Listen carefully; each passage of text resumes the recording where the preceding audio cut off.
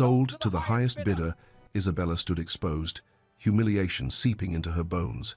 Just as the final gavel was about to fall, the doors slammed open. A man, tall and cold, strode in, his eyes locked on her. £400, he declared, and the auction house went silent. The Duke's voice rang clear, and in a flash, he was lifting her from the platform, rescuing her from a fate worse than death. But why had he paid double the price? What did he really want from her? The answer would change everything. Hello, lovely. If you're enjoying this historic romantic tale, I'd be so grateful for a like or a subscribe. It helps me bring you more stories of love, longing, and history. And if you're up for it, tell me in the comments where you're watching from. I read every note, and it always brings a smile to my face. Chapter 1. The Auction. The wooden platform was cold beneath Isabella's bare feet. Each splinter, a small indignity added to the greater horror. She kept her eyes fixed on a water stain on the far wall of the auction house, anything to avoid the faces below, the men who studied her like livestock at Smithfield Market. 22 years of age, the auctioneer droned, his voice carrying through the smoke-thick air. Educated, reads and writes, some French, unblemished skin, good teeth, pleasing countenance. A man in the front row, Mr. Garrett, she thought.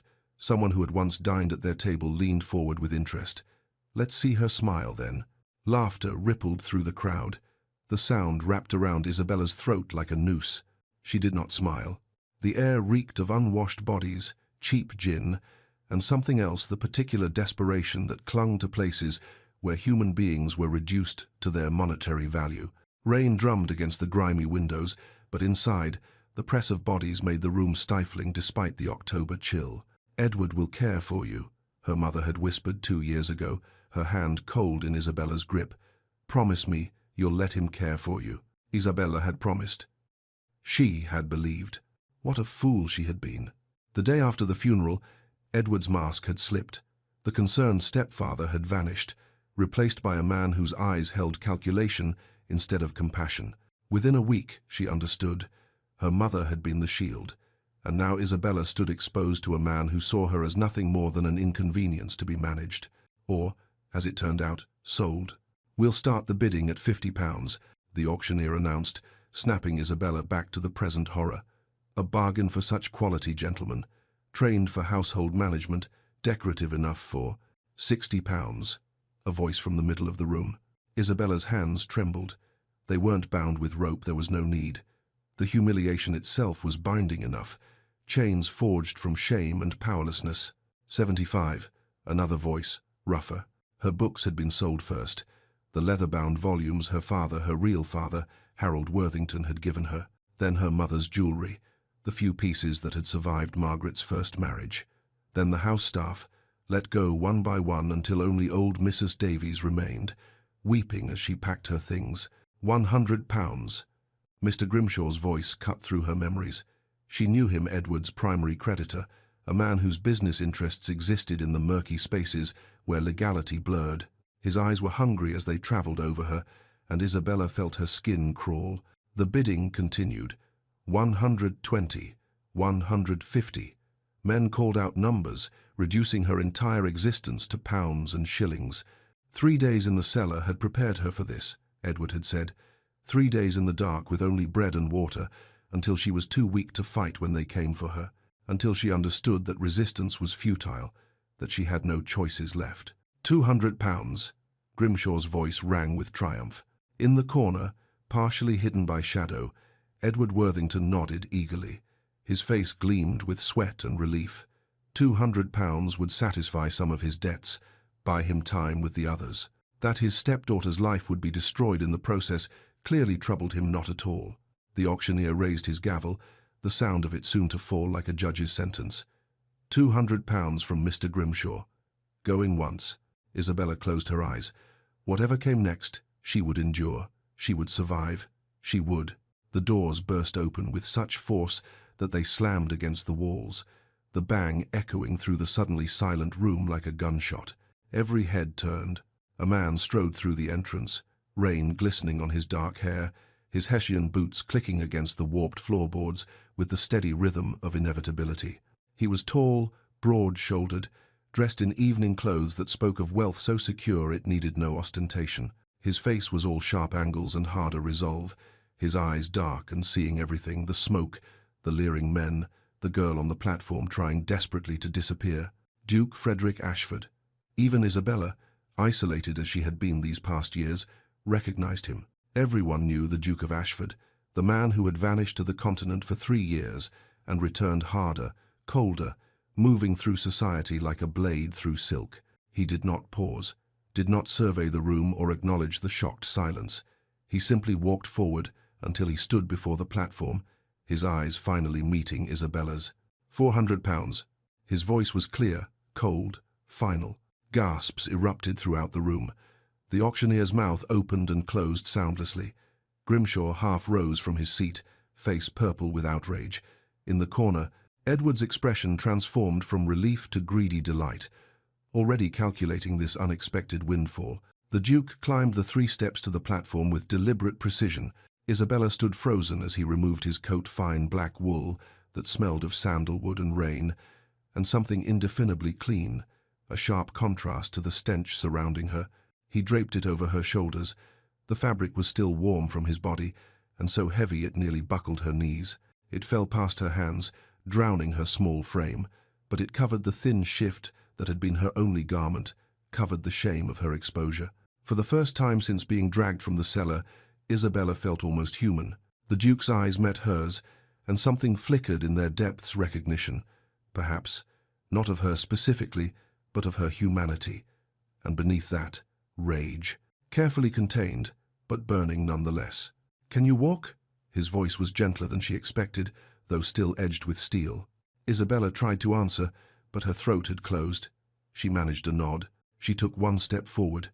Her legs, weakened by days in the cellar and the shock of the past hour, trembled violently.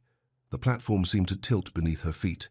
Without hesitation, without asking permission, the Duke bent and lifted her into his arms, one arm beneath her knees, the other supporting her back. She weighed nothing to him, she realized distantly. Or perhaps he was simply that strong. Isabella should have protested, should have insisted she could manage. But she was so tired, and he was warm, and for the first time in 3 days, 3 years, if she was honest, she felt safe. He turned and walked through the crowd, which parted before him like the Red Sea before Moses. Men who had been calling out bids moments ago now could not meet his eyes. "Your Grace," Edward's voice rang out, too loud, too eager. He pushed through the crowd, hand extended. "A pleasure doing business with you.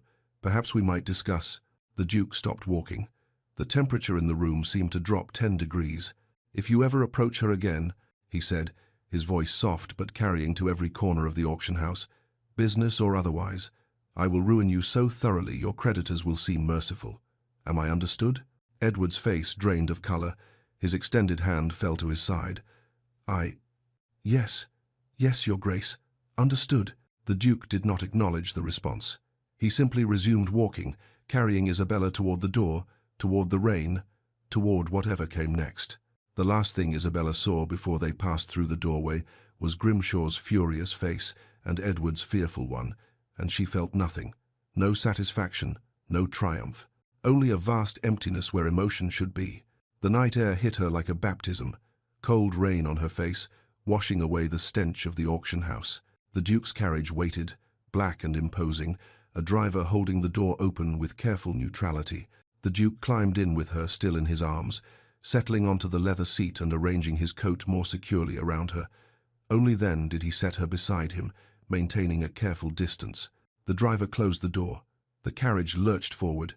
Isabella sat in the darkness, wrapped in a stranger's coat that smelled of sandalwood and safety, and tried to comprehend what had just happened. She had been sold. She had been bought. She had been rescued. But rescued for what purpose? Men did not pay £400, double the highest bid, for altruistic reasons. They did not carry strange women away from auction houses out of simple kindness. What did the Duke of Ashford want from her? She turned to look at him, to ask the question, but found him staring out the rain-streaked window, his profile harsh in the intermittent lamplight. His jaw was clenched, a muscle ticking in his cheek. His hands, which had held her so carefully, were now fisted on his thighs. He looked, Isabella realized with shock, furious, not at her, at the situation, at the world that had led to this moment. "Where are we going?" Her voice came out as a whisper, rusty from disuse. He turned to face her, and his expression softened almost imperceptibly. "Somewhere safe," he said. "I promise you that, at least. Somewhere safe." Isabella wanted to believe him, wanted to trust in the sincerity she heard in his voice, but trust was a luxury she could no longer afford. Still, she had no choice but to let the carriage carry her forward into the unknown. It could hardly be worse than what she was leaving behind. The rain continued to fall as London's dark streets rolled past the window, washing the city clean, or trying to, at least. Some stains, Isabella knew, went too deep for rain to reach. Chapter 2. Sanctuary and Secrets. The carriage rolled through London's rain-soaked streets in silence, broken only by thunder. Isabella sat rigid against the leather seat, acutely aware of the Duke's presence across from her, close enough to be proper, far enough to be respectful. He had not touched her since settling her onto the seat, had not spoken since his promise of safety. She pulled his coat tighter around herself, breathing in the scent of sandalwood that clung to the wool. Her mind felt fractured, unable to process what had happened. One moment she had been standing on that platform, waiting for the gavel to fall and seal her fate. The next, she was here, rescued by a man she did not know, for reasons she could not fathom. Men did not spend £400 without expecting something in return. The thought made her stomach clench with familiar dread. Lightning illuminated the carriage interior, and she caught a glimpse of the Duke's face. He was staring out the window, his jaw tight, that muscle still ticking in his cheek. Anger radiated from him like heat from a forge, but she hoped it was not directed at her. The carriage finally stopped before a townhouse in Mayfair. Even through the rain and darkness, Isabella could see it was elegant, 4 stories of honey-colored stone, windows glowing with warm light. The kind of house she had lived in once, before her mother married Edward, before everything fell apart. The driver opened the door. The Duke descended first, then turned to offer his hand. Isabella hesitated before placing her trembling fingers in his. His grip was firm but gentle, steadying her as she stepped down onto rain-slicked cobblestones. The front door opened before they reached it, revealing a woman in her late 50s wearing a housekeeper's black dress and white apron. She had a round, kind face and eyes that immediately took in every detail: the Duke's coat, wrapped around a shivering girl, the bare feet, the haunted expression. "Your Grace, I wasn't expecting." She stopped mid-sentence, her expression transforming from surprise to shock to something softer. "Oh, you poor lamb." The simple kindness in those words nearly undid Isabella. She swayed slightly, and the Duke's hand moved to her elbow, supporting without grasping. "Mrs. Winters, this is Miss Isabella Worthington. She'll be staying with us. She needs a room prepared immediately, the Rose bedroom, I think. Hot water, clean clothes, and something to eat." Mrs. Winters nodded briskly, already moving into action. "Of course, Your Grace. Right away." She turned to Isabella, her voice gentling. "Come with me, dear. Let's get you warm and dry."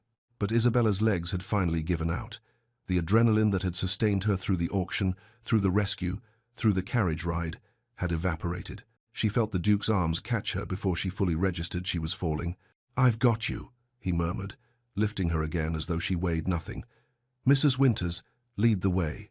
Isabella wanted to protest, to insist she could walk, but she had no strength left.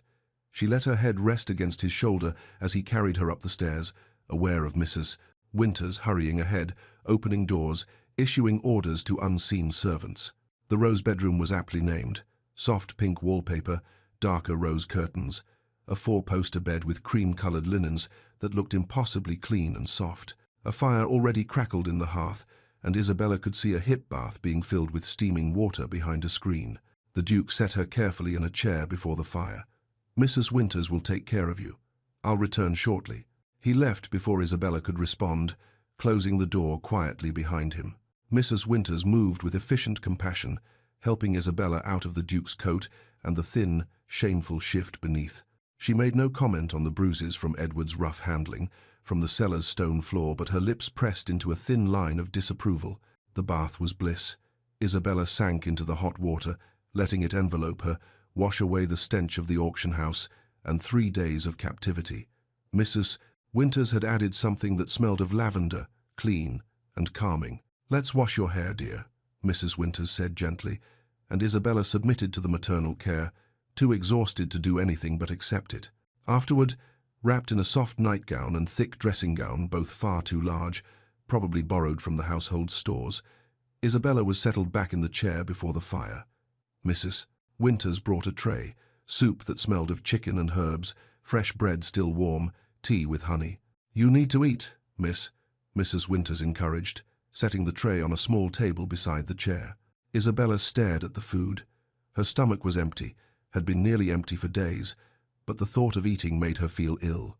Her hands, wrapped around the teacup, would not stop shaking. The trembling had started in the carriage and had only intensified, as though her body was finally releasing the terror she had suppressed. Mrs. Winters watched her with concern but did not push.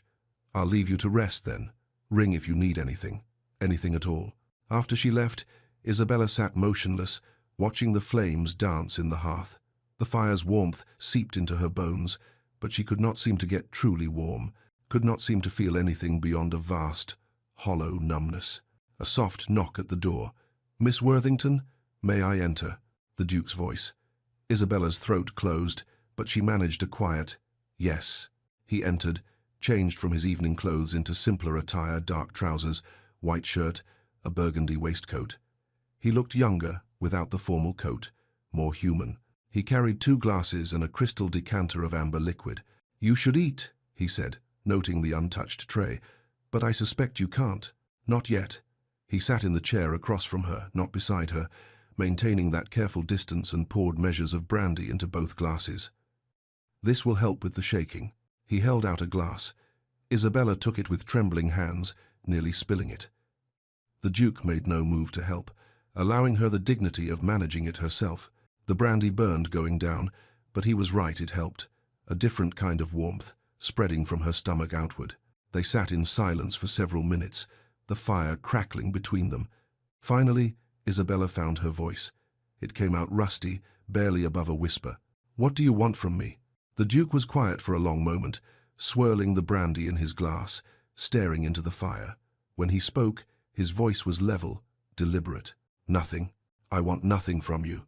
"Then why?" The question burst from her, desperate. "Why spend £400? Why bring me here? People don't do things like that without reason." He set down his glass and leaned forward slightly, though still maintaining distance.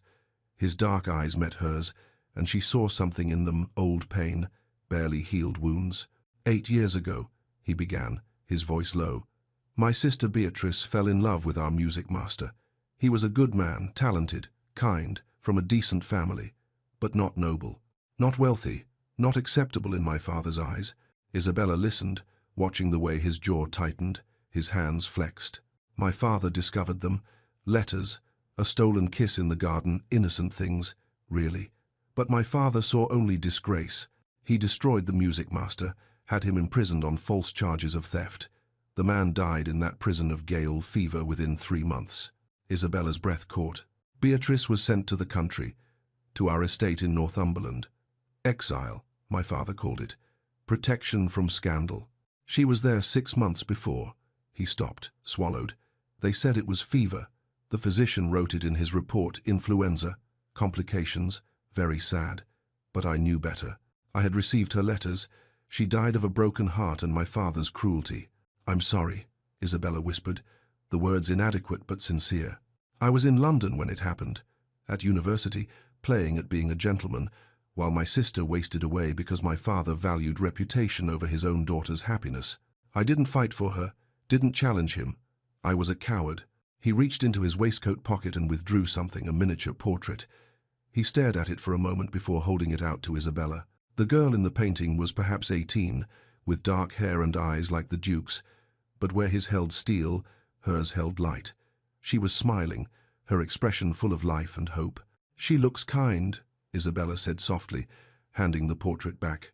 She was. Too kind for the world she was born into. He tucked the portrait away. "When I heard about the auction, a business associate mentioned it, thought I might be interested in acquiring quality goods. I felt ill.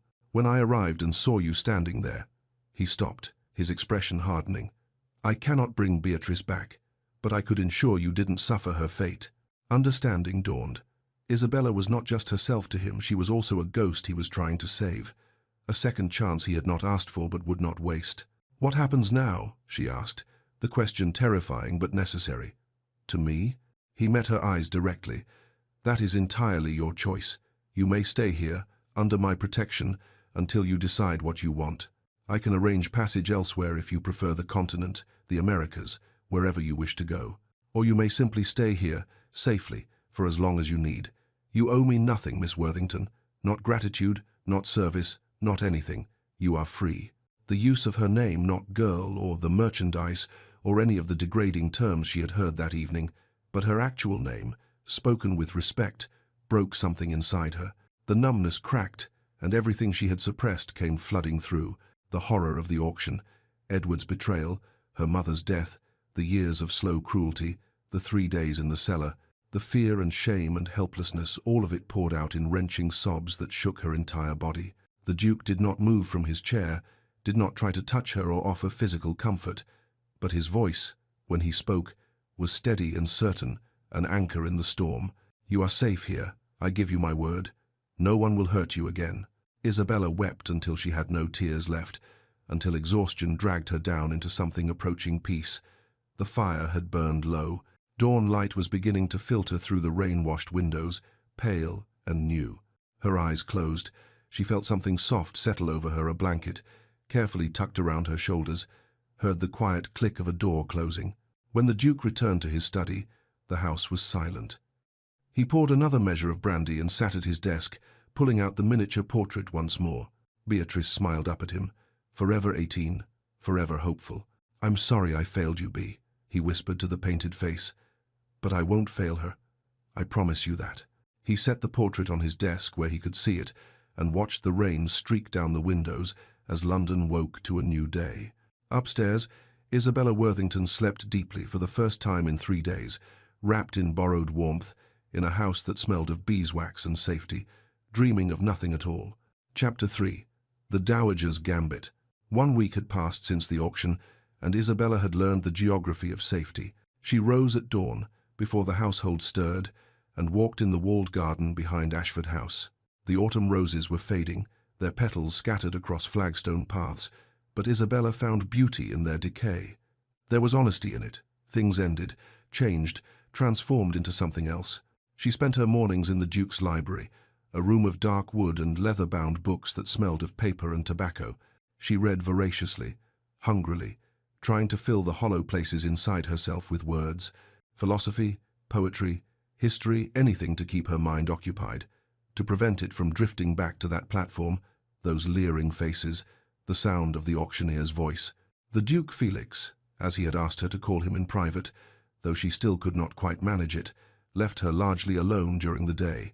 He had business to attend to, estates to manage, a life that had existed before her and would continue regardless of her presence.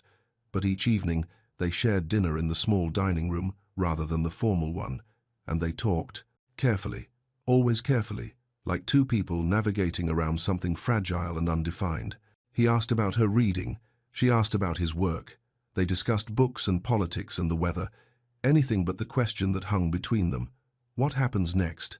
"You remind me of Her Grace in her youth," Mrs. Winters had said that morning, helping Isabella dress. The housekeeper had found several simple day dresses that fit reasonably well, though they required some alteration. The late Duchess, I mean. His Grace's grandmother. Sharp as a tack, that one, and twice as determined. It was a cryptic comment, and before Isabella could ask what she meant, Mrs. Winters had bustled off to attend to some household matter. Isabella was in the library that afternoon, curled in a leather chair with a volume of Milton, when she heard the commotion downstairs. Raised voices, one commanding and female, one belonging to the butler protesting that his Grace was not receiving visitors. The library door opened without preamble. Felix entered, his expression caught between exasperation and resignation. "My grandmother has arrived." Unannounced, naturally. "She's brought Lady Constance Fairfax with her." Isabella's stomach clenched. She had known this reckoning would come. A duke could not simply install a strange woman in his household without society taking notice, and the Dowager Duchess of Ashford was, by all accounts, society personified. "Should I?" Isabella started to rise. I could go upstairs. No. Felix's voice was firm. You live here. You have every right to be present. He paused, then added more gently. But I won't force you to face her if you're not ready. Isabella thought of the auction platform, of standing while men assessed her value. She had survived that. Surely she could survive a drawing-room confrontation. I'll come, she said, setting down the book. The Dowager Duchess Josephine Ashford was everything Isabella had imagined and more. She sat in the drawing-room like a queen holding court, her posture perfect despite her advanced years. She wore dove-grey silk, her white hair arranged in an elaborate style that should have looked ridiculous but somehow appeared regal.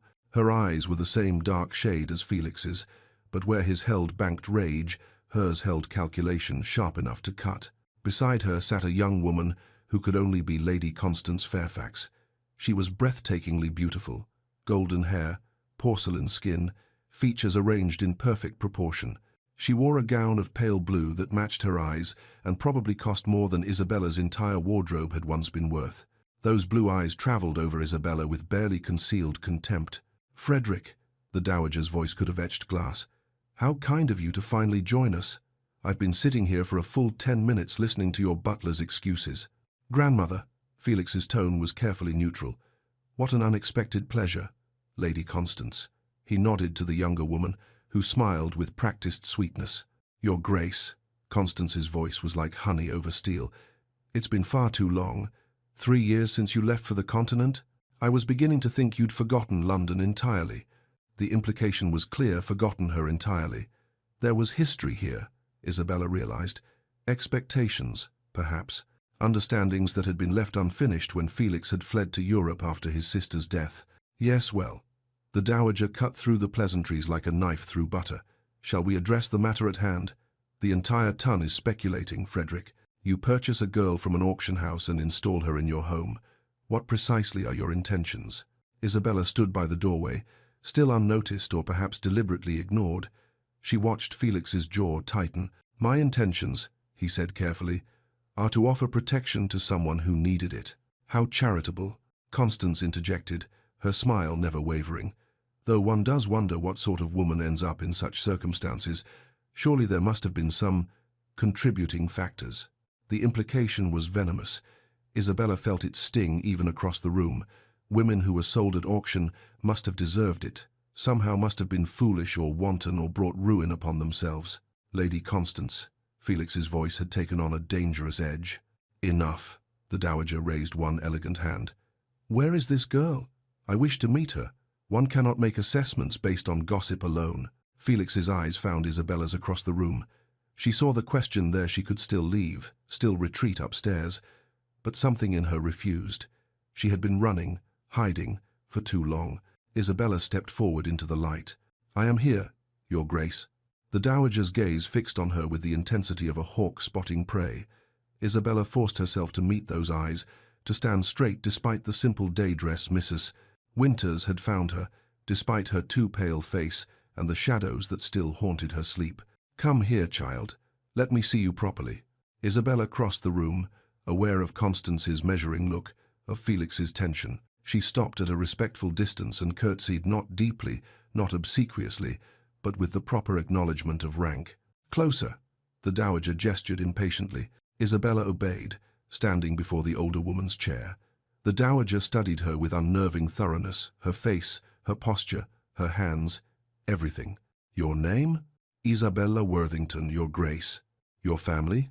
My father, Harold Worthington, died when I was 8. My mother remarried Lord Edward Worthington. She passed 2 years ago. Education? I had a governess until I was 16. I read French adequately, play the pianoforte moderately well, and have studied literature and history extensively. How did you come to be at that auction house? The question was direct, brutal. Constance leaned forward slightly, anticipation in her eyes. Isabella could have lied, could have softened the truth, made herself more palatable. But she was so tired of pretending, of hiding.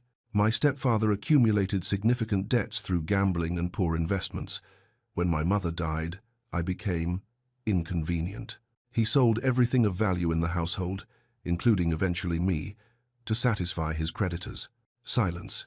The dowager's expression remained unreadable. You were kept in the house during this time? Yes, Your Grace. Until 3 days before the auction, when I was locked in the cellar to discourage resistance. She heard Felix's sharp intake of breath, though she had not told him that detail before. Constance laughed, a brittle, crystalline sound. How Gothic, though one must wonder if such dramatic circumstances weren't somewhat embellished. Damaged goods often come with dramatic stories, I've found.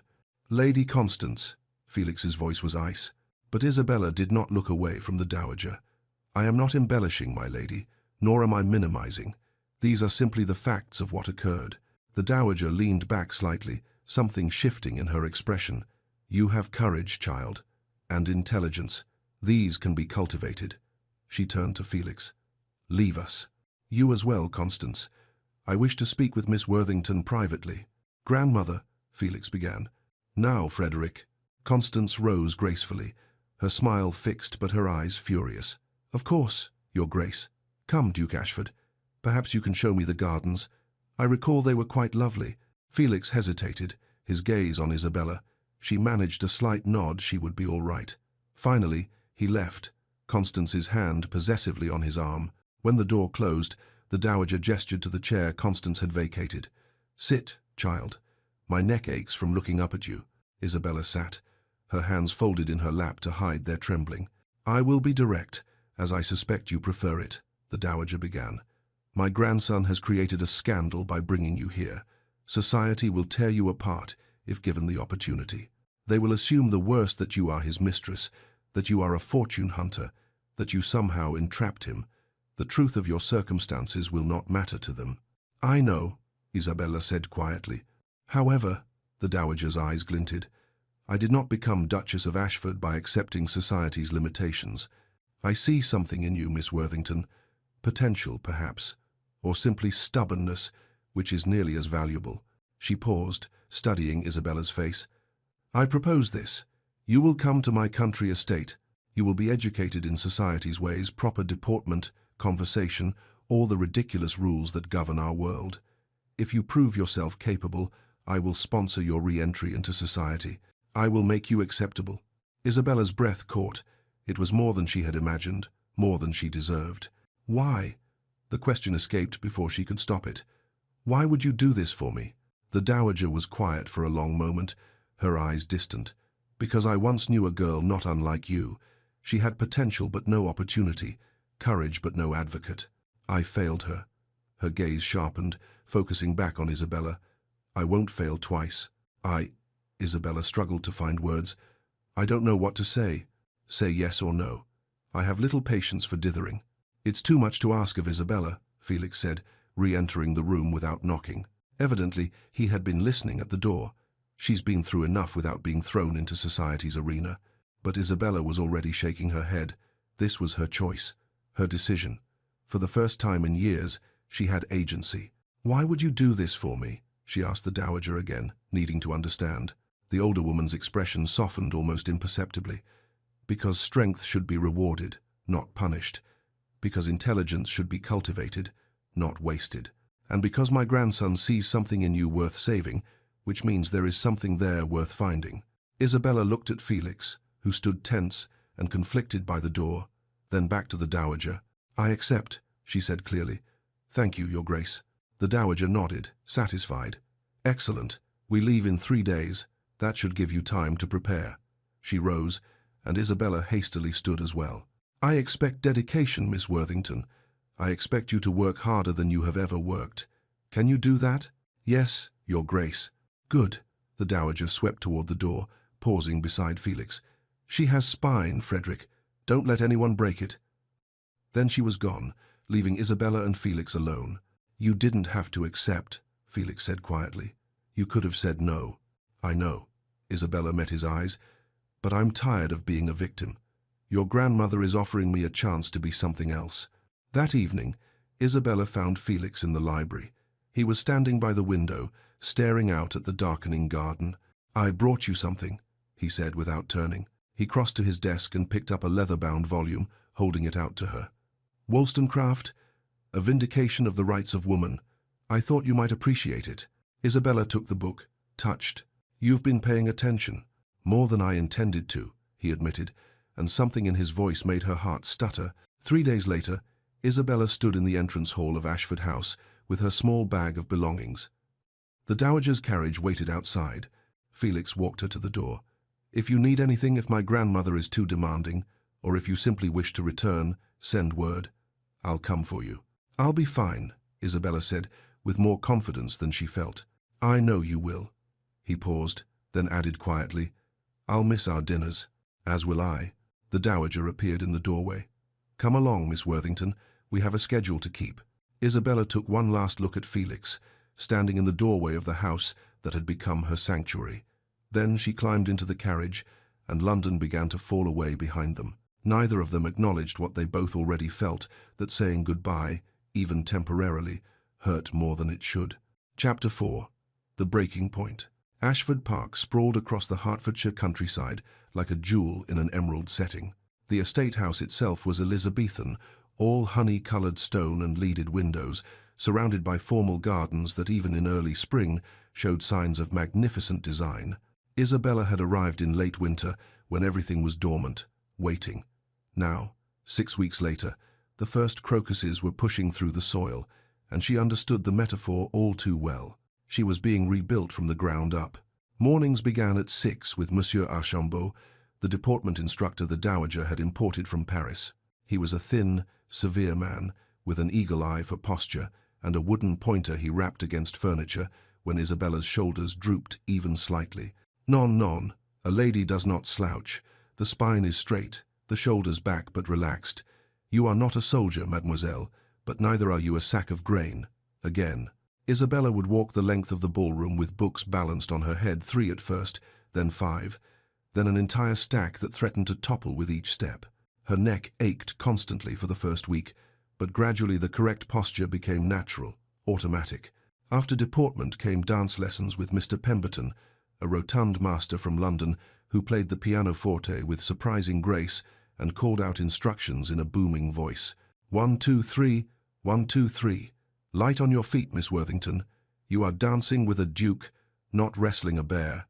Isabella learned the waltz, the quadrille, the cotillion. Her feet developed blisters that Mrs. Winters treated each evening with lavender salve. But Isabella was a dedicated student, absorbing everything with the hunger of someone starving. Each skill mastered was a small victory, a piece of armor against the world that had tried to destroy her. Afternoons were spent with the dowager herself, learning the intricate rules of society. Who could be acknowledged on the street and who required a formal introduction, the precise depth of curtsy for each rank, the art of conversation, how to be engaging without being forward, intelligent without being threatening, memorable without being scandalous. Society is a game, child, the dowager explained one afternoon in her private sitting room. A ridiculous, arbitrary game with rules that make no logical sense, but it is the game we must play, and we play to win. Isabella's natural intelligence shone during these lessons. She could pass the complex social hierarchies, remember the intricate family connections, understand the unspoken rules that governed every interaction. The dowager watched her with satisfaction and something that might have been pride. Lady Constance was also in residence at Ashford Park, ostensibly to assist with Isabella's education. In reality, she was a constant, needling presence offering barbed compliments, making subtle corrections that undermined Isabella's confidence, positioning herself as the example of everything Isabella was not and never could be. "Oh, Isabella," she would say, her voice dripping with false concern, "you really must work on your vowels. That hint of, well, one can hear you didn't have proper instruction from childhood, but I'm sure with enough practice, no one will notice your background." The implication was always there. Isabella was common, inferior, playing at being something she could never truly become. By the 3rd week, the dowager declared Isabella ready for a small dinner party with local gentry. Nothing too daunting, she assured Isabella. Just 8 guests, an informal evening, a chance to practice her skills in a controlled environment. Isabella was terrified. She dressed carefully in a gown the dowager had commissioned pale green silk that brought out the color of her eyes. Mrs. Winters had come from London specifically to help with her hair, arranging it in an elegant style that made Isabella look older, more sophisticated. "You'll be wonderful, dear," Mrs. Winters assured her, fastening a simple pearl necklace borrowed from the dowager around Isabella's throat. "Just remember everything you've learned." The evening began well. Isabella was seated between a kindly baronet and a rector's wife, both of whom seemed genuinely pleasant. She managed the correct greetings, navigated the multiple courses without embarrassment, engaged in light conversation about the weather and the upcoming planting season. She was succeeding. She was proving herself. Then Constance struck. "Miss Worthington," she said during a lull in conversation, her voice bright and interested, "you must tell us about your family. The Worthingtons of— where was it again? I confess I cannot place the name in Debrett's peerage." The table fell silent. Every eye turned to Isabella. Her throat went dry. There was no good answer. The truth was impossible, but a lie would be exposed eventually. My family is not listed in Debrett's," she managed. "My father was Harold Worthington, a gentleman of modest means." "How interesting." Constance's smile was sharp as glass. "And you're coming out? Where did you make your debut?" I did not have a formal debut." A matron across the table, Lady Ashcroft, wife of a local magistrate, leaned forward with poorly concealed curiosity. "No debut? How unusual. But surely you were presented at some point. Who were your connections in London?" The questions continued, each one more pointed than the last. Constance had clearly prepared her allies well, coaching them on exactly what to ask. Isabella felt the walls closing in, the careful facade she had built crumbling under the assault. Where had she been educated? By whom? What had her father done? Where exactly had the family resided? Each question was a trap, and Isabella was drowning. "I'm afraid I'm feeling unwell," she heard herself say, her voice sounding distant and strange. "Please excuse me." She rose too quickly, nearly knocking over her wine glass, managed a curtsy that felt graceless and rushed, then fled. The garden was dark and cold, spring evening air biting through the thin silk of her gown. Isabella stumbled to a bench in the rose garden, still dormant, the canes cut back and waiting for warmth, and collapsed onto the stone seat. She had failed the dowager, failed herself, failed Felix. All that work, all those lessons, and she was still just the girl from the auction house, trying desperately to be something she was not. The sobs came violently, wrenching from somewhere deep inside.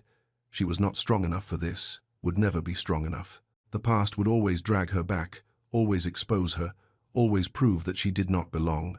Isabella. She looked up through tears to find Felix standing on the garden path. He wore evening clothes.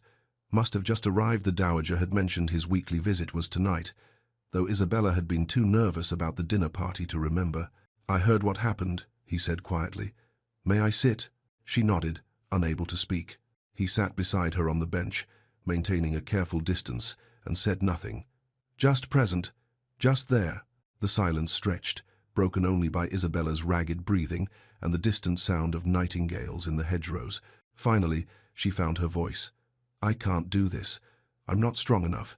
Every time I think I've moved forward, something drags me back to that auction house. Back to who I really am." "And who is that?"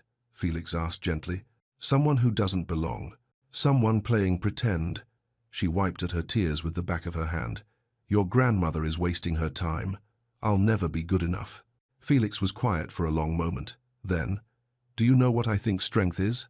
Isabella shook her head. "Strength isn't never falling down. It's getting back up." He turned to look at her directly. "And you've gotten up every single day since I met you. After the auction, after the cellar, after years of Edward's cruelty, you got up. That's not weakness, Isabella. That's extraordinary courage. But what if I fail? What if I embarrass your grandmother? Embarrass you? Then you fail. And you try again." His voice was firm. "Isabella, you survived years of cruelty and one of the worst nights imaginable. A dinner party with provincial bores can't defeat you. Not unless you let it." She wanted to believe him, wanted to believe she was strong enough. "After Beatrice died," Felix said, his voice dropping lower, "I ran away. I went to the continent and spent 3 years drowning in rage and grief.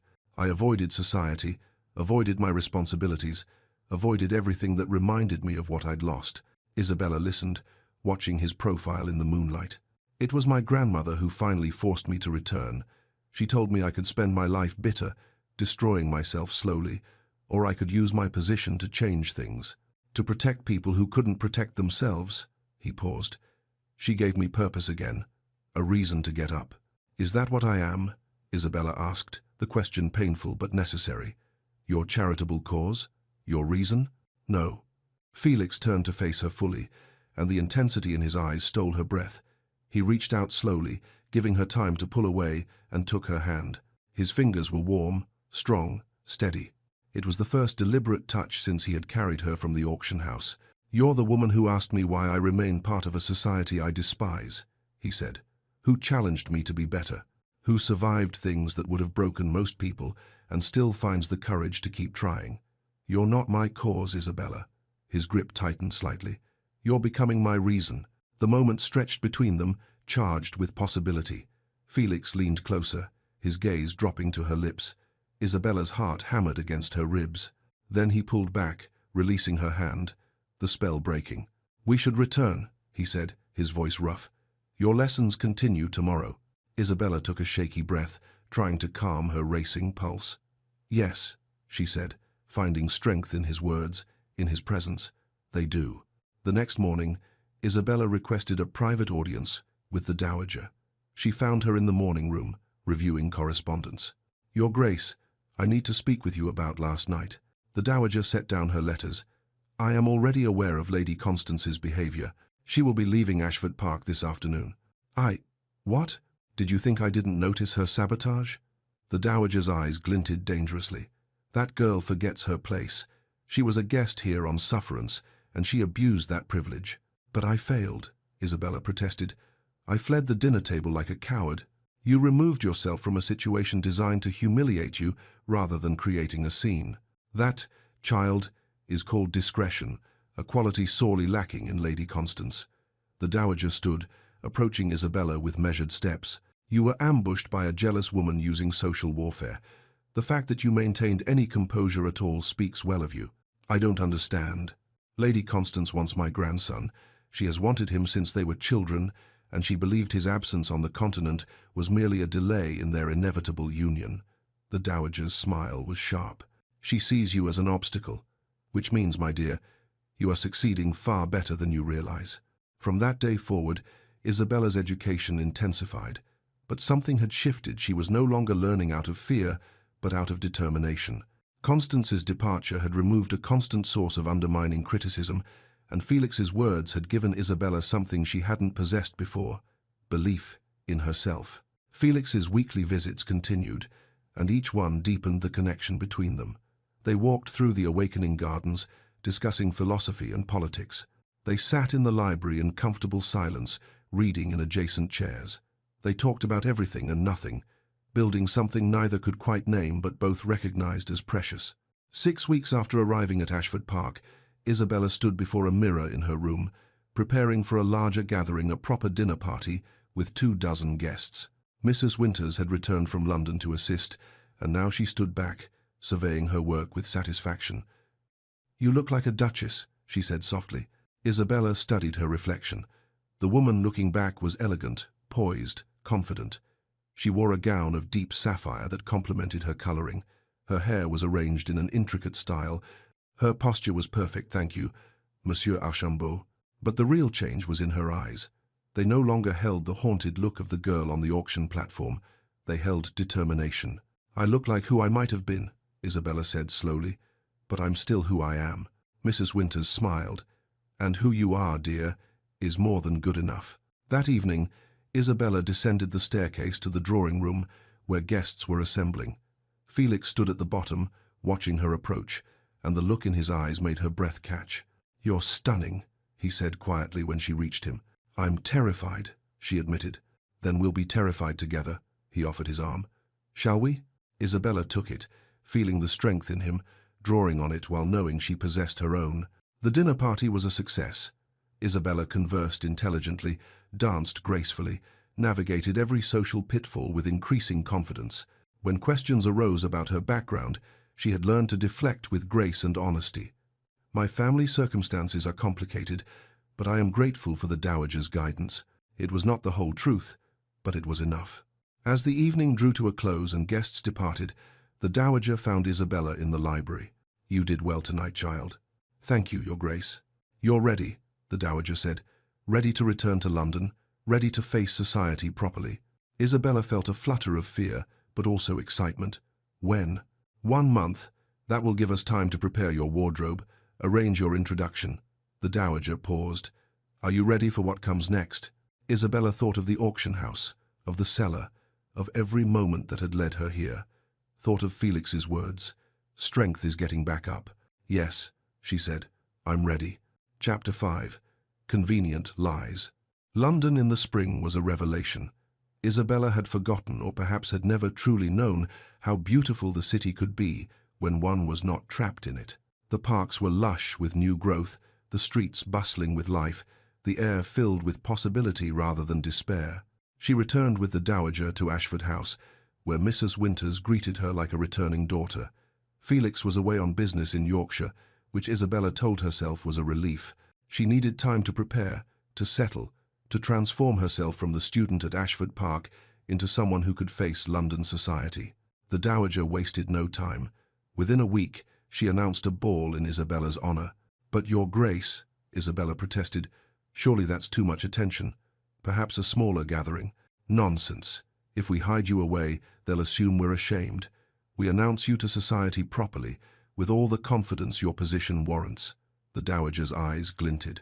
Besides, I haven't hosted a proper ball in years. I'm rather looking forward to it.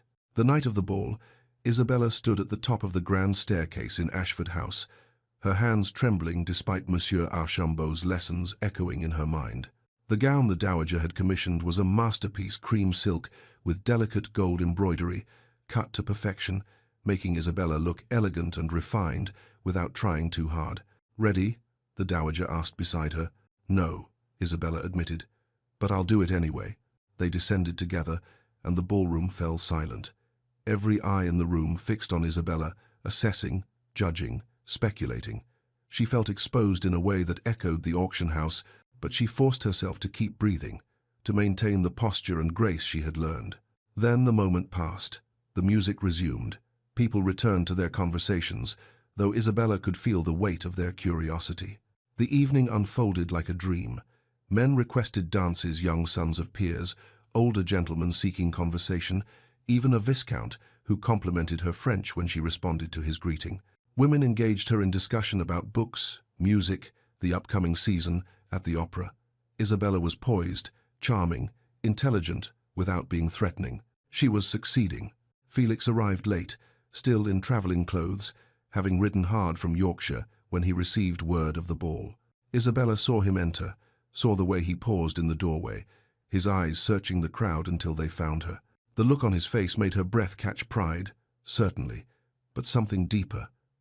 Something that made her heart pound in a way that had nothing to do with nervousness about society.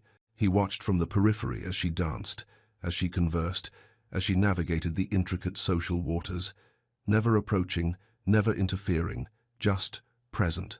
But the whispers persisted. Who is her family, really? The dowager's charity project? I heard. She's lovely. But where has she been these past years?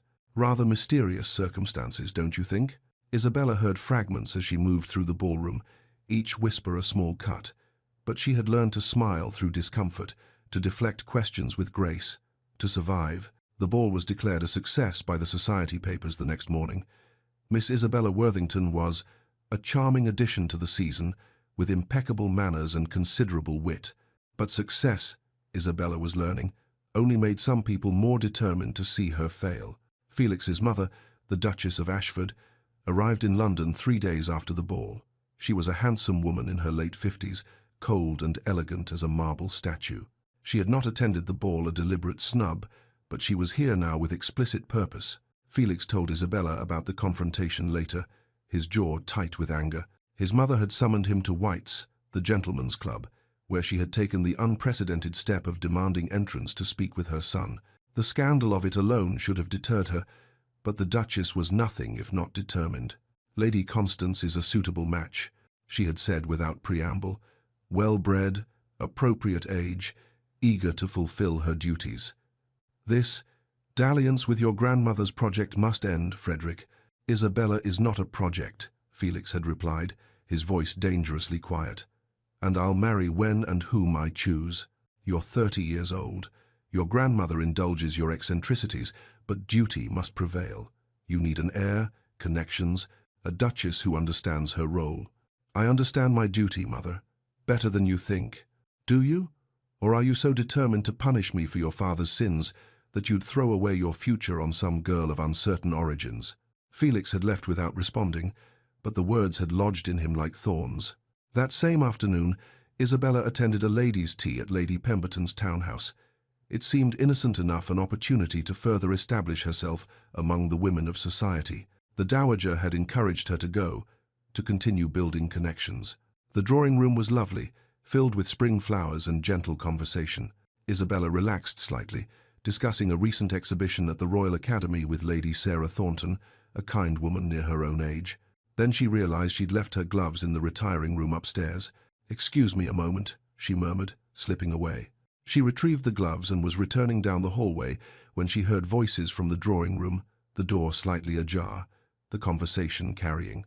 "Really, the dowager means well, but polish can only do so much." Lady Constance's voice, unmistakable. Isabella froze in the hallway. "The girl was purchased at auction. I heard it from unimpeachable sources. Damaged goods. Literally. The Duke's charity is admirable, certainly, but imagine if he actually formed an attachment. The scandal would be delicious."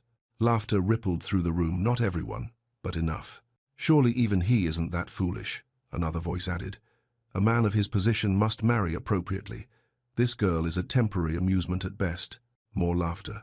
Someone mentioned passing fancy and inappropriate charity. Isabella stood frozen in the hallway, the gloves clutched in her hand, hearing every word. The humiliation was crushing, worse than the auction, in some ways, because she had allowed herself to hope, had allowed herself to believe she could belong here. She could not go back into that room, could not face those smiling faces knowing what they truly thought of her.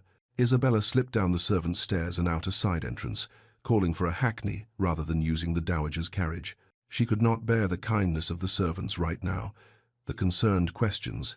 Back at Ashford House, she went directly to her room in the family wing and pulled out her small travelling bag, the same one she'd brought from the auction house, still tucked in the wardrobe. She was packing when Felix knocked and entered without waiting for permission. "Isabella, what's happened?" "Mrs. Winters said you came back from Lady Pemberton's in a state. I need to leave London." Her voice was mechanical, distant. "Perhaps the dowager can find me a position somewhere quiet, a governess, or a companion to an elderly lady. Somewhere I won't be a burden." "What happened?" He crossed to her, gentle but insistent. "Tell me." Something in his voice, the genuine concern, the care, broke through her defenses. "I'm ruining you," she said, and her voice cracked. "Your mother is right. Every moment I remain in your life, I damage your reputation. You've been so kind. Your grandmother has been generous, but I cannot repay that kindness by destroying you. You heard something at the tea. It wasn't a question. Tell me." She recounted the conversation, each word like glass in her throat, watched Felix's expression darken with rage as she spoke. Those narrow-minded, cruel. He stopped himself, visibly controlling his anger. His hands were fisted at his sides. "Isabella, I don't give a damn what they say." "But you should." Her voice rose, desperate. "You're a duke. You need an appropriate wife, heirs, a duchess who brings connections and impeccable breeding. Not some—" She couldn't finish, the words too painful. Felix started pacing, agitated in a way she'd never seen him. His usual careful control was cracking. Suddenly, he stopped, turned to face her. "Then marry me." Silence.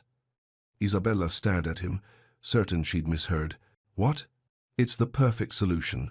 The words came faster now, as though he was convincing himself as much as her. "An engagement will silence the gossips. As my fiancé, you'll be untouchable. No one will dare speak against a future duchess." "Felix, that's you, can't possibly. This is madness." "Why not? We're friends. We respect each other. Many marriages are built on far less. Friends. Respect, not love." Isabella felt her heart crack down the middle. "A convenient engagement," she said slowly. "Exactly. Temporary. Just until society fully accepts you.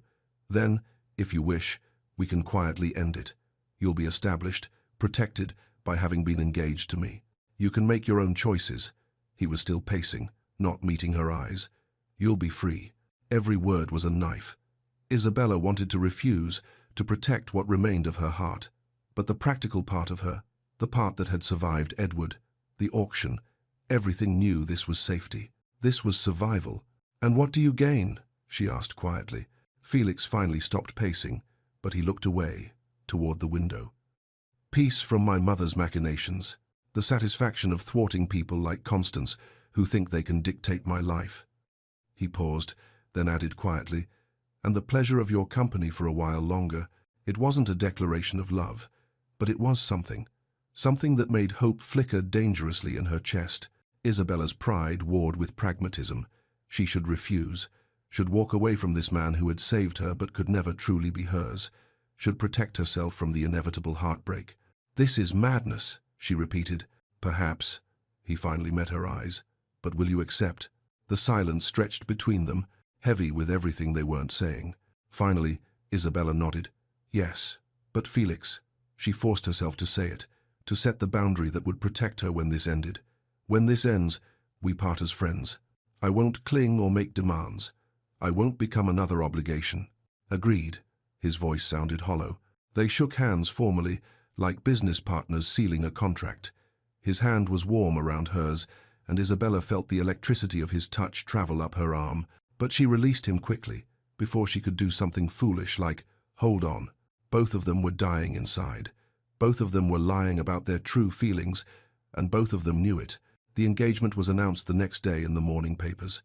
Society exploded with speculation. Lady Constance was reportedly furious, though she maintained a gracious facade in public. The Dowager was satisfied she had seen this coming.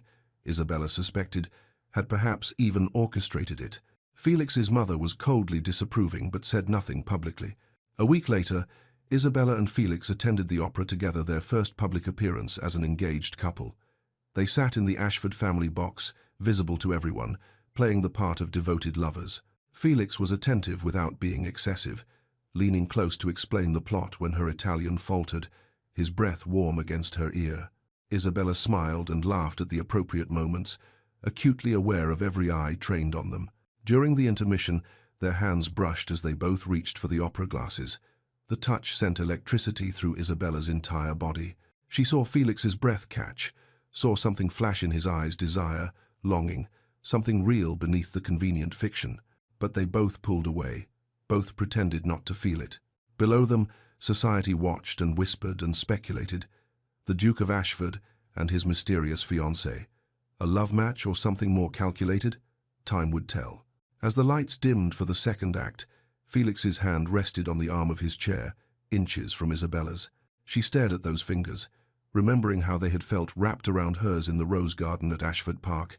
"You're becoming my reason," he had said.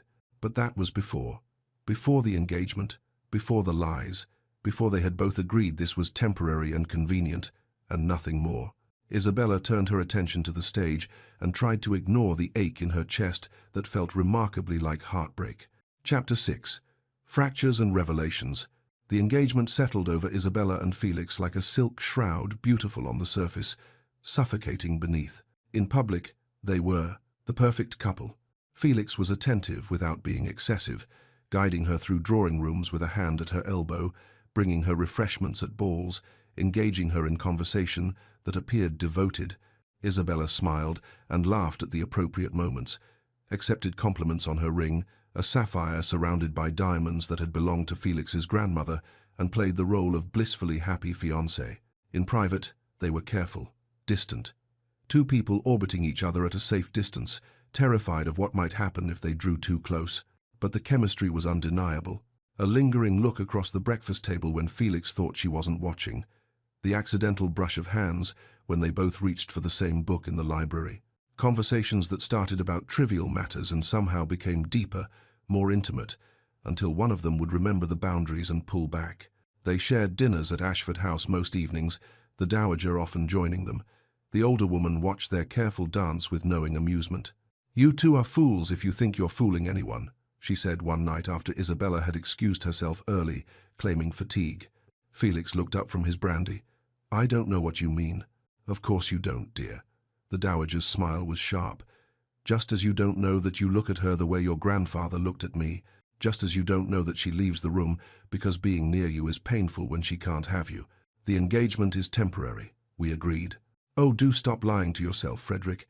It's beneath you. Felix had no response to that. 3 weeks into their engagement, a letter arrived for Isabella. She recognized the handwriting immediately loose and flowing. The I in Isabella, written with an elaborate flourish her mother had always favored. Her hands trembled as she broke the seal. Dearest Isabella, I hope this letter finds you well. I have heard of your engagement even here in Bath. The news travels. The Duke of Ashford.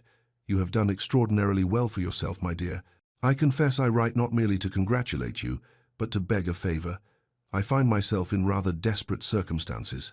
The small pension I had has run out, and I am living in a boarding house of quite dismal character.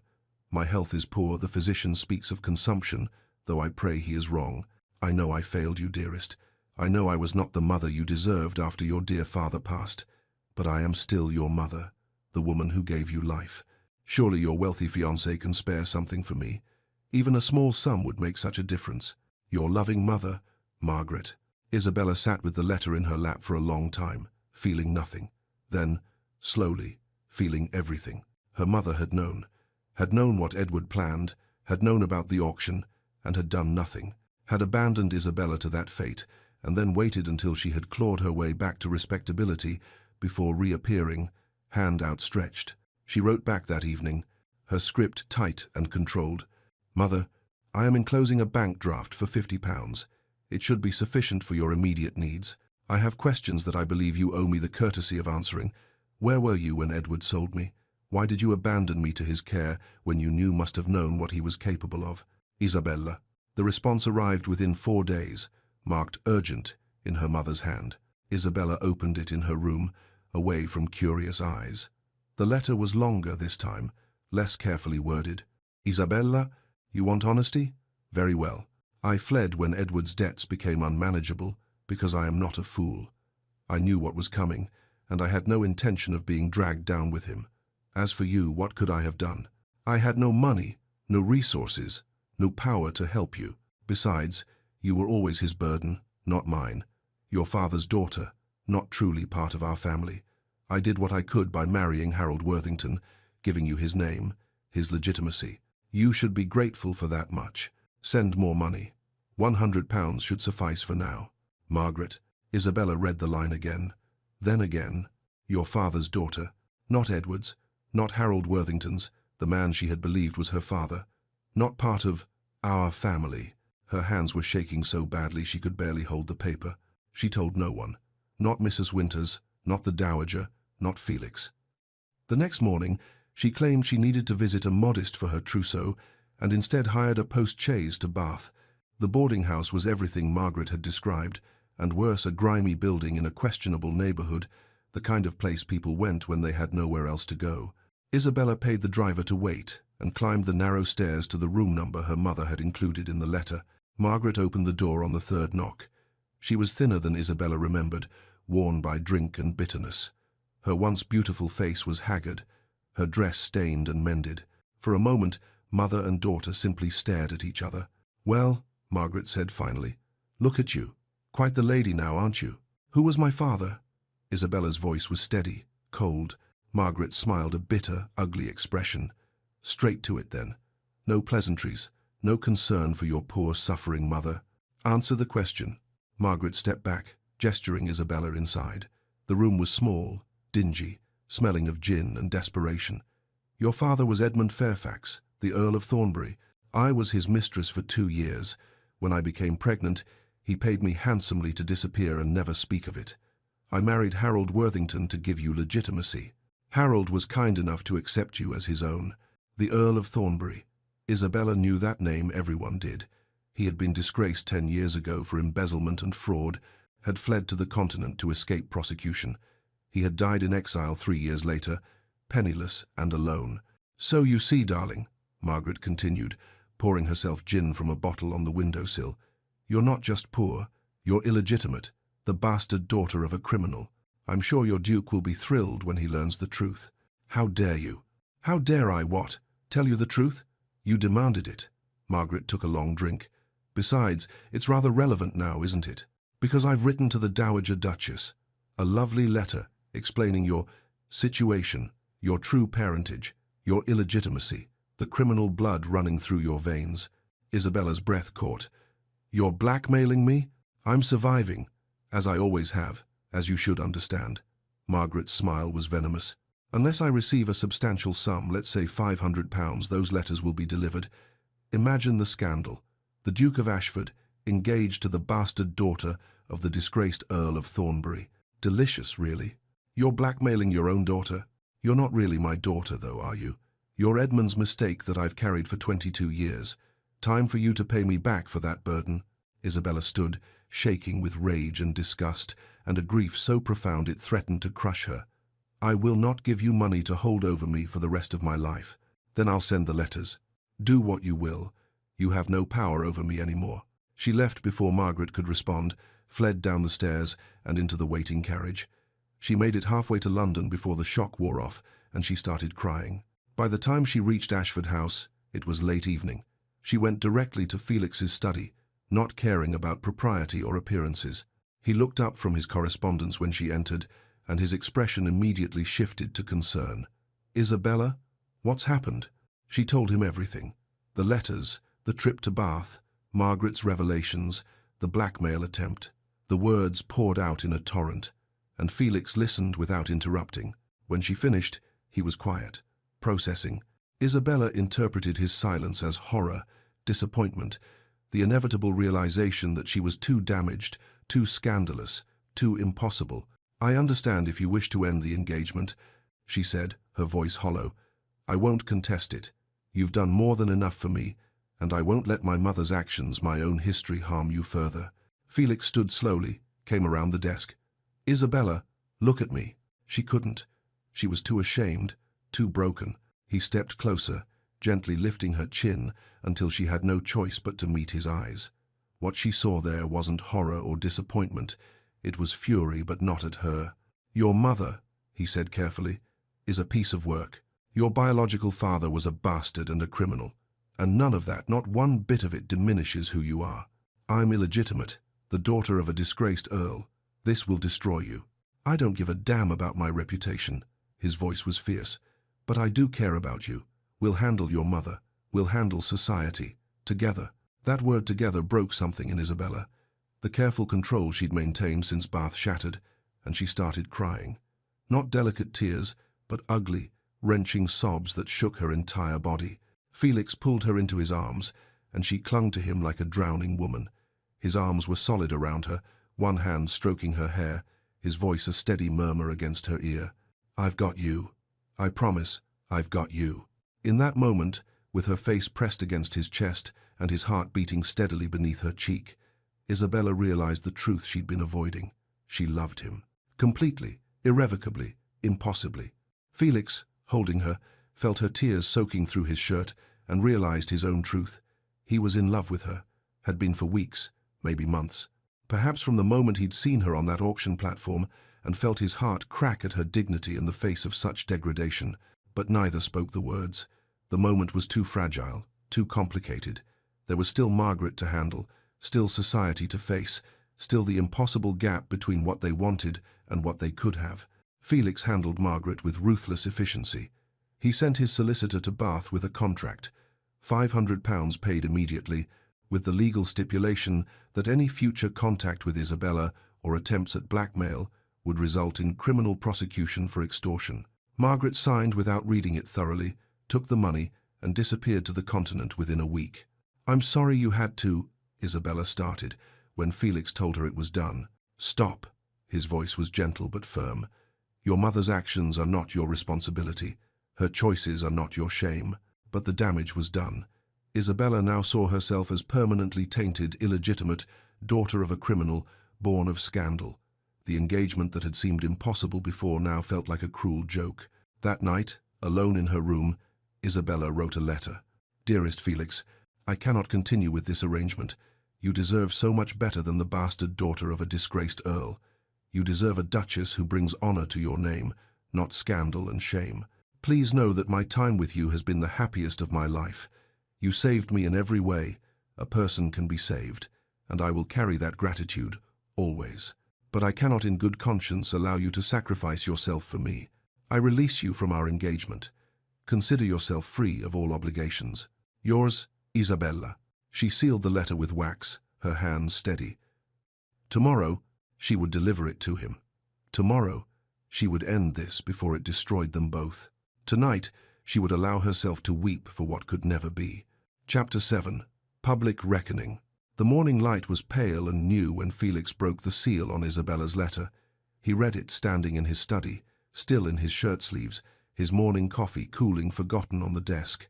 His expression shifted from confusion to understanding, to something harder, determination edged with fury. Not at Isabella, never at her, but at the circumstances that had convinced her she was unworthy of love. He set down the letter with deliberate care and strode from the room. Isabella was in the morning room, staring blankly at a plate of toast she had no intention of eating. She had slept perhaps 2 hours, her eyes red and swollen from crying. Today she would tell Felix in person, would face him while she destroyed the fragile happiness they had built. The door opened without warning. Felix stood in the doorway, still disheveled from his morning routine, her letter clenched in his hand. His expression was thunderous. "You're not ending this engagement." Isabella stood, her heart hammering. "Felix, I have to. I won't ruin you." He crossed the room in 3 strides, close enough that she could see the muscle ticking in his jaw, the barely controlled emotion in his eyes. "What if I don't want you to end it? What if this stopped being convenient weeks ago?" Isabella's breath caught. "What are you saying?" For a moment, she thought he would say it would speak the words that hung between them like a prayer. But Felix pulled back slightly, not quite ready to make the full declaration. Not here, not like this, not in private, where she could dismiss it as pity or obligation. "I'm saying you don't get to make decisions for me," he said, his voice rough. "We're going to the Marlborough Ball tonight, together, as an engaged couple, and we're going to face whatever comes. Agreed?"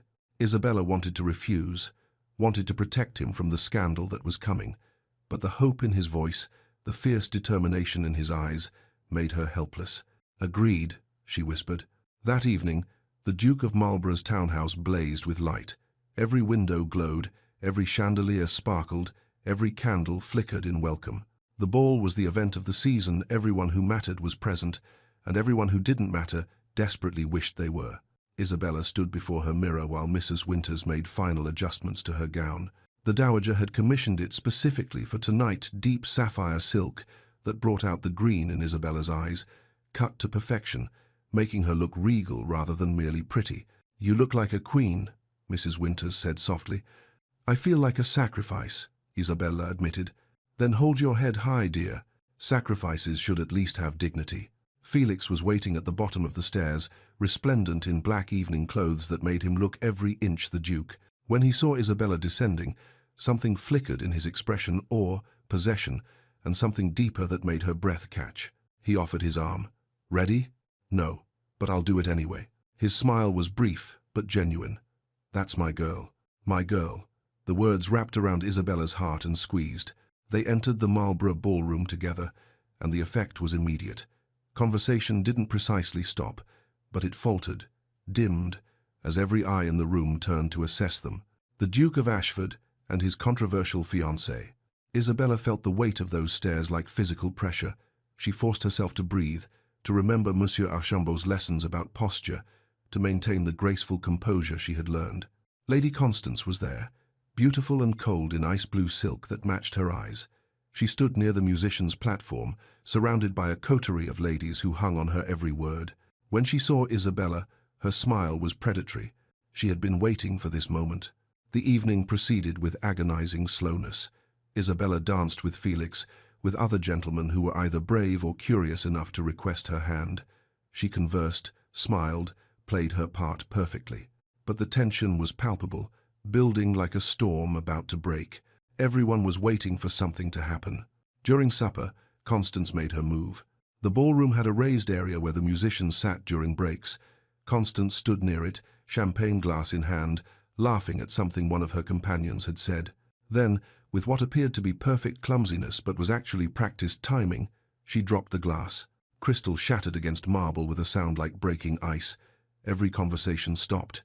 Every head turned. "Oh, how clumsy of me." Constance exclaimed, pressing a hand to her chest. "I'm so sorry, everyone. How mortifying." She laughed, bright and false. Though, speaking of accidents, she turned, her gaze finding Isabella with laser precision. "Miss Worthington, I've been meaning to ask about your family. I've been researching genealogies recently, such a fascinating hobby, don't you agree?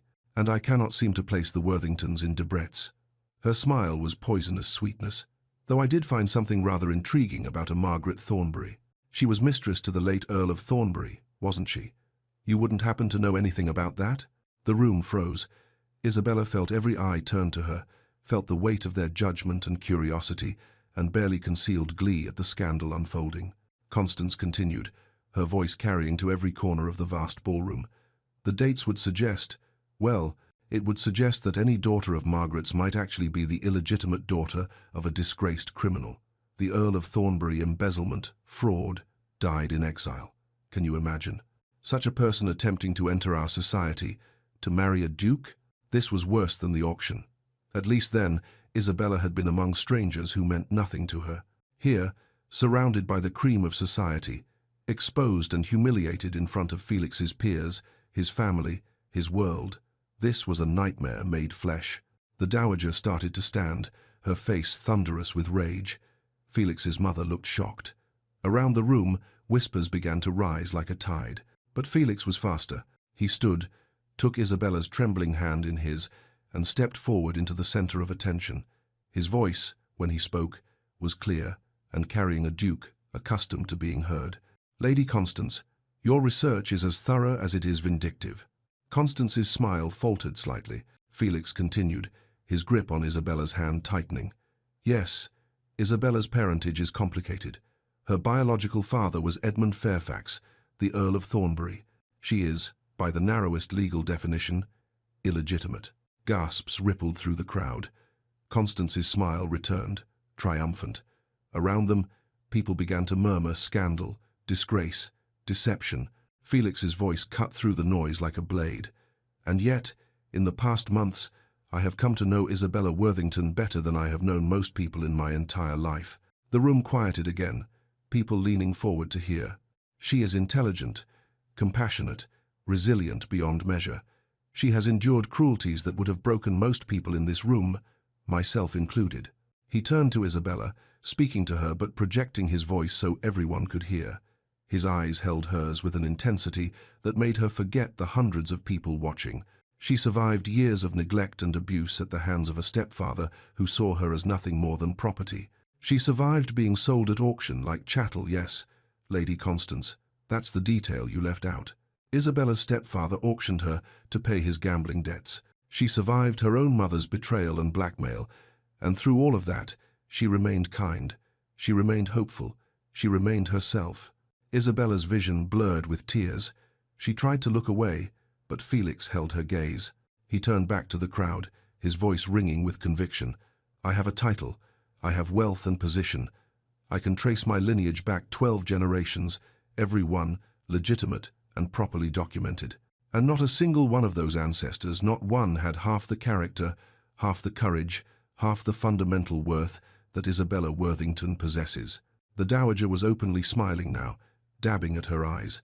Felix's mother looked shocked, but not, Isabella noticed with amazement, disapproving. Around the room, expressions were shifting, some still scandalized, but others thoughtful, moved. Felix turned fully to Isabella, his voice dropping to something more intimate, despite their very public audience. "When I proposed our engagement, I called it convenient. I lied." He took both her hands now, heedless of propriety. "There's nothing convenient about falling in love with you. It's been complicated and frightening, and the best thing that's ever happened to me." Isabella's eyes widened, tears spilled over, tracking down her cheeks. Felix, in front of everyone who mattered in London society, said the words he should have said weeks ago. "I don't want a fake engagement. I don't want a temporary arrangement." His voice was fierce, certain. "Isabella Worthington, illegitimate daughter, survivor. The strongest person I know, will you marry me? For real, forever." The ballroom was utterly silent. Even the musicians had stopped tuning their instruments. Hundreds of people held their breath. Isabella could barely speak through her tears.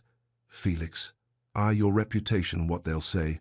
"Damn my reputation," he said, loud enough for everyone to hear. "Answer the question." She saw everything in his eyes: love, determination, absolute certainty. He was choosing her, publicly, irrevocably, without reservation. "Yes," she whispered, then louder. "Yes, I'll marry you." Felix kissed her. Not a chaste engagement kiss, not a polite peck appropriate for public viewing.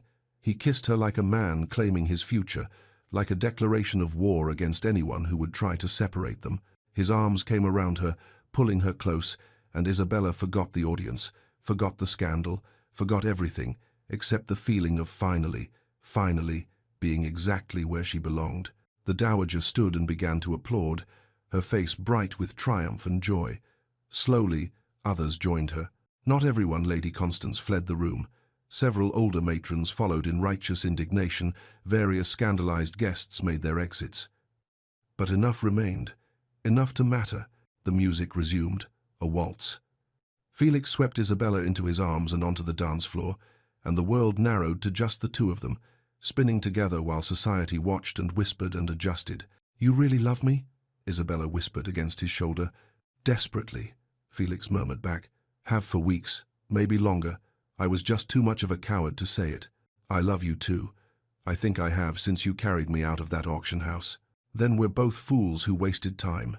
She looked up at him, this man who had saved her and seen her and chosen her despite everything. "We have all the time now." "All the time in the world," he agreed, and kissed her again, softer this time, a promise rather than a declaration. The ball continued around them. Society was divided, some scandalized beyond repair, some moved by the romantic gesture, most simply fascinated by the drama. But the declaration had been made, the choice announced, the line drawn. Late that night, after they had escaped the ball and returned to Ashford House, Isabella and Felix found themselves in the garden. The same garden where she had broken down after the disastrous dinner party, where he had first told her she was strong. "Your mother will never fully forgive me," Isabella said quietly, looking up at the stars. "My mother will adjust. Or she won't. It doesn't matter." Felix's arm was around her waist, solid and sure. "She doesn't get to dictate my life. Society will always whisper. Let them whisper, Isabella. I spent 3 years running from life after Beatrice died, running from grief, from responsibility, from anything that mattered. Then I found you, or you found me, and I remembered why life matters, why fighting for what's right matters, why love matters." He turned her to face him. "I'm not losing you to anyone's expectations. Not society's, not my mother's, not yours." Isabella touched his face, this beautiful, broken, healing man who had chosen her. "I was so afraid," she admitted. "Afraid I would destroy you." "You saved me," he corrected. "You made me remember who I wanted to be." They stood together in the garden, looking at the stars, two damaged people who had found each other in the darkness and chosen light, both scarred, both healing, both brave enough to believe in tomorrow. "Thank you," Isabella whispered. "For what?" "For seeing me, for choosing me, for loving me despite everything." Felix kissed her forehead, gentle and reverent. "Thank you for letting me." Above them, the stars wheeled in their ancient patterns, indifferent to human drama. But here, in this garden, two people had made their stand against the world, and won. Chapter 8. Beginning Again. 3 months later, spring had fully arrived at Ashford Park. The gardens that had been dormant when Isabella first came here were now ablaze, with colour roses climbing ancient stone walls, wisteria draping the pergolas in purple cascades, beds of tulips and daffodils nodding in the gentle breeze. Isabella stood in the rose bedroom where she had first slept as the dowager's student, but everything was different now. Then she had been broken, uncertain, clinging to hope like a lifeline. Now, on her wedding morning, she was whole, not unmarked by what she had endured, but no longer defined by it. Mrs. Winters fussed with the wedding gown, cream silk with delicate lace at the sleeves and neckline, elegant in its simplicity. The housekeeper's eyes were bright with tears. "I knew from the first night," she said, adjusting the fall of fabric, "when His Grace carried you in, all protective and fierce, trying to pretend it was just charity. I told Cook, that man's found his match. And I was right." Isabella smiled, touching the older woman's hand. "You've been so kind to me, from the very beginning." It's easy to be kind to someone who deserves it, dear. A knock at the door, and the dowager entered, regal in pewter silk. She carried a velvet box. "May I have a moment with the bride?"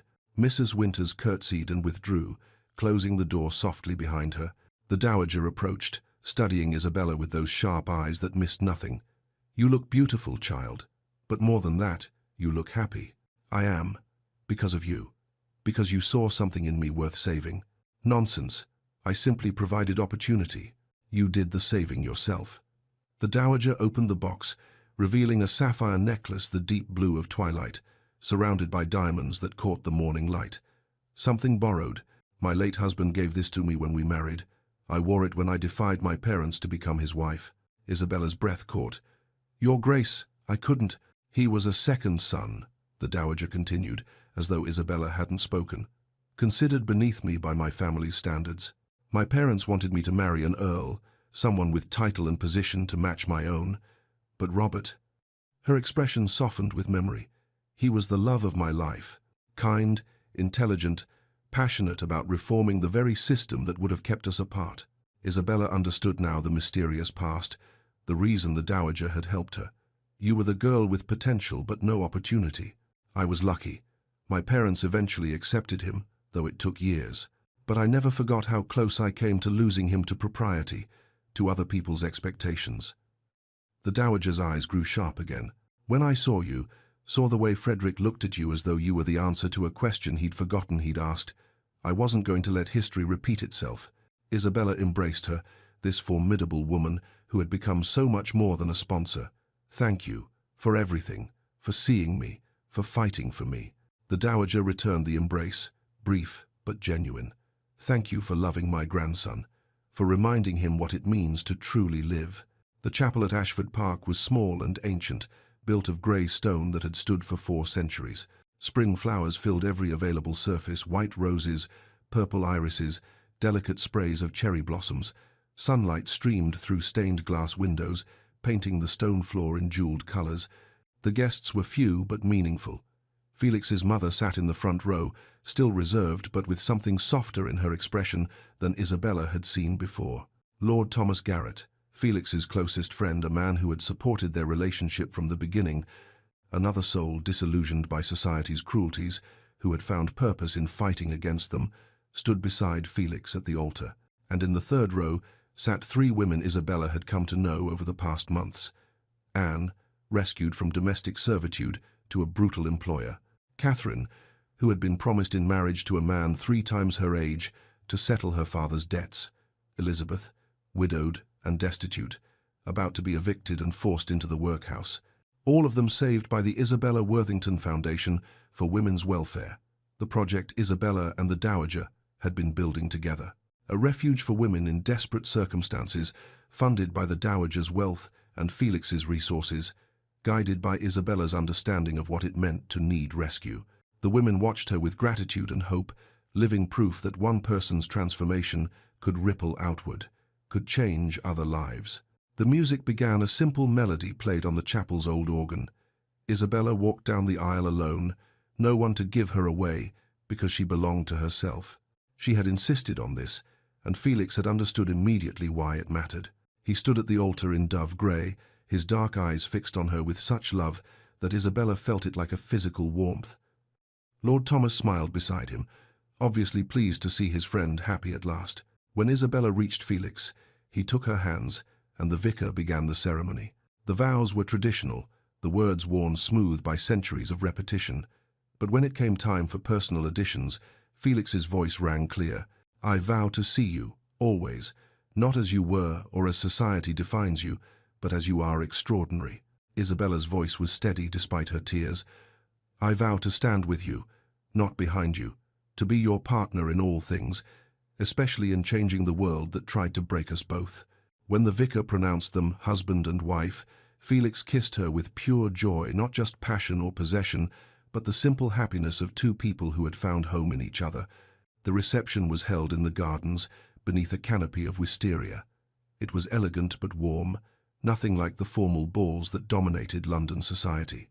Tables laden with food, champagne flowing freely, laughter and genuine conversation rather than pointed gossip. Felix's mother approached Isabella during the meal, drawing her aside to a quiet corner of the garden. "I owe you an apology," the Duchess said stiffly. "I was wrong about what Frederick needed. I thought duty and propriety would make him happy, would honor his father's memory." She paused, choosing words carefully. "I've never seen my son truly happy until you. I was wrong about what he needed, wrong about you. It wasn't a warm embrace or effusive declaration, but it was genuine. Isabella accepted it for what it was. Thank you, Your Grace. That means more than you know." A servant approached with a silver salver bearing a single letter. "This just arrived for Her Grace, the Duchess of Ashford." Her Grace, the Duchess of Ashford. The title still felt strange, too large for her to inhabit. Isabella opened the letter. The handwriting was unfamiliar, but the signature made her breath catch. Edward Worthington. "Isabella, I heard about the wedding. I won't trouble you. I know I have no right to any part of your life, but I wanted you to know that I was cruel because I was weak. You deserved so much better than what I gave you. Congratulations on your marriage, Edward."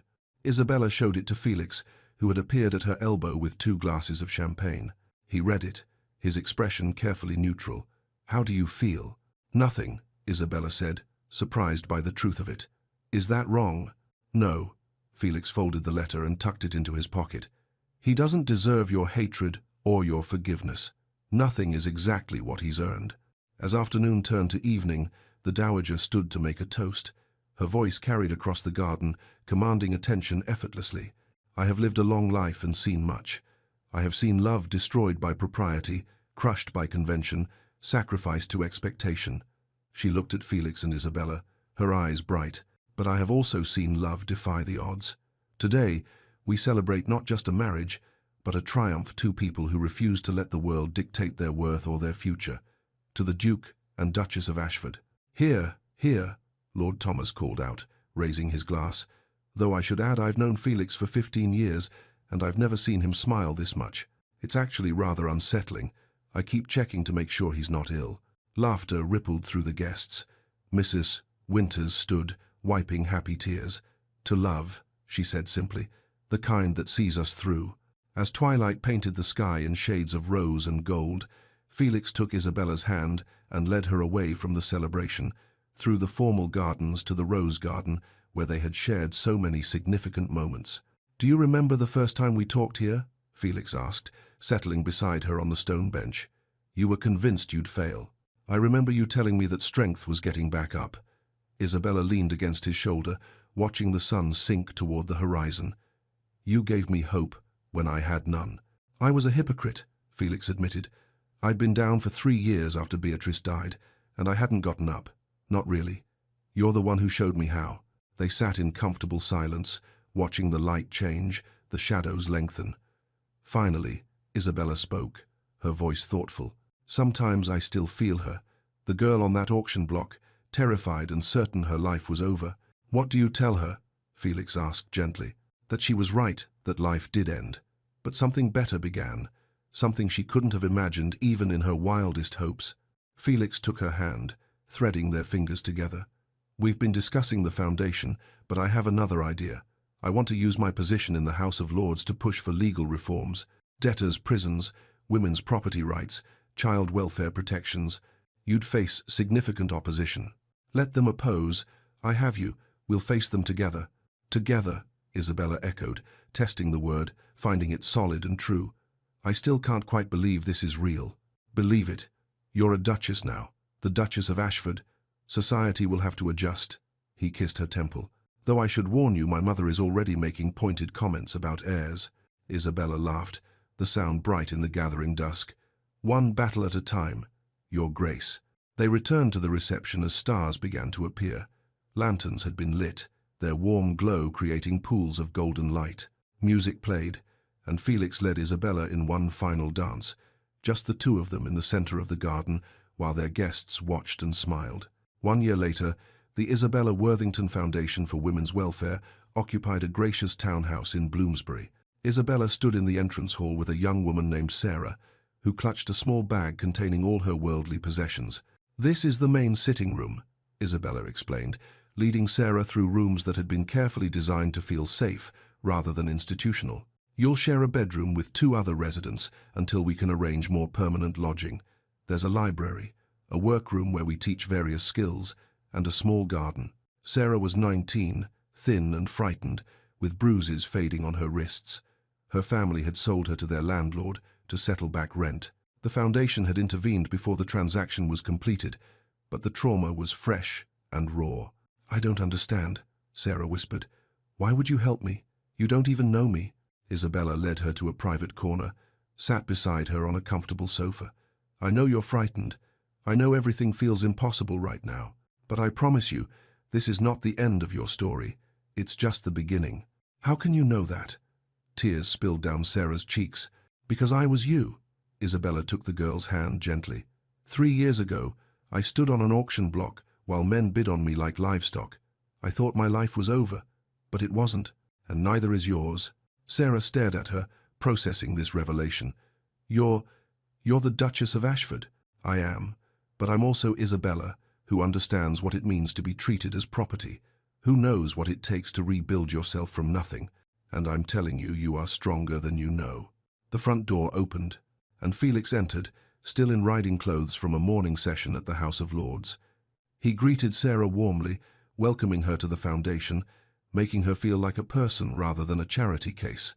As they prepared to leave, Isabella saw Sarah watching them, this Duke and Duchess, who believed in second chances because they had lived them. In the carriage home, Isabella leaned against Felix's shoulder, comfortable and content. "Do you ever regret it?" she asked quietly. "The scandal, the gossip, choosing me over propriety?" Felix didn't even hesitate. Not for a single second. "You? I regret that I doubted you. Doubted us, but nothing else." "Good." He kissed the top of her head. "Because I'm not letting you go. Not in this lifetime." Isabella smiled, then took a breath. "In that case, I should tell you something. I spoke with the physician this morning." She felt Felix tense. "Are you unwell?" "Quite the opposite." She turned to look at him, watching his expression carefully.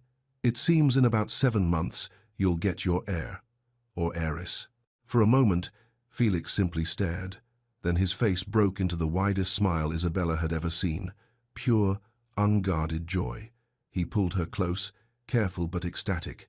"A child, our child, our child," Isabella confirmed, her own smile matching his. "Who will grow up knowing they're loved, knowing their worth isn't determined by circumstances of birth, knowing they can become anything, knowing they have the most extraordinary mother in England," Felix added, his voice thick with emotion. The carriage rolled through London streets toward Ashford House, carrying them home. Inside, the Duke and Duchess of Ashford held each other, 2 survivors who had found love, 2 damaged people who had chosen healing, 2 souls who had proved that worth was inherent, not assigned. Isabella's final thought, unspoken but deeply felt. "I was sold for £200, but I found something priceless myself, and him, and this life we're building together. A life where the girl from the auction block became a duchess, not despite her past, but carrying it with her as proof that no one is beyond redemption, and no circumstance defines our ending." And so Isabella's journey comes to full circle, from the darkness of that auction house to the light of a love that defied every expectation. From a girl who was sold for £200 to a duchess who found something truly priceless, herself, her purpose, and a partnership built on genuine respect and unwavering devotion. If Isabella and Felix's story touched your heart, I'd love to hear from you in the comments below. What was your favorite moment from their journey? Was it Felix's dramatic rescue, Isabella's transformation at Ashford Park, or perhaps that powerful public declaration at the Marlborough Ball? And here's a question for you. Do you believe love can truly heal our deepest wounds, or does it simply give us the strength to heal ourselves? I'm genuinely curious about your thoughts. If you enjoyed this tale of resilience, redemption, and romance, please show your support by giving this video a thumbs up. It truly helps Lyra's romance stories reach more listeners who crave these emotionally rich historical romances. Don't forget to subscribe and hit that notification bell so you never miss a story. I have so many more sweeping romances planned for you, tales of forbidden love, second chances, and characters who refuse to let their circumstances define their destiny. Share this story with someone who loves a good enemies to lovers tale, or anyone who believes that our past doesn't determine our worth. Isabella's story reminds us that we are all capable of transformation, that dignity can survive even the darkest circumstances, and that true love sees us not as we were, but as we are. Thank you so much for spending this time with Isabella and Felix. Thank you for believing in their love story, for rooting for Isabella's strength, and for understanding that the most powerful romances are the ones where both people save each other. Until next time, remember, you are not defined by your worst moments. You are defined by how you rise from them. This is Lyra, and I'll see you in the next romance.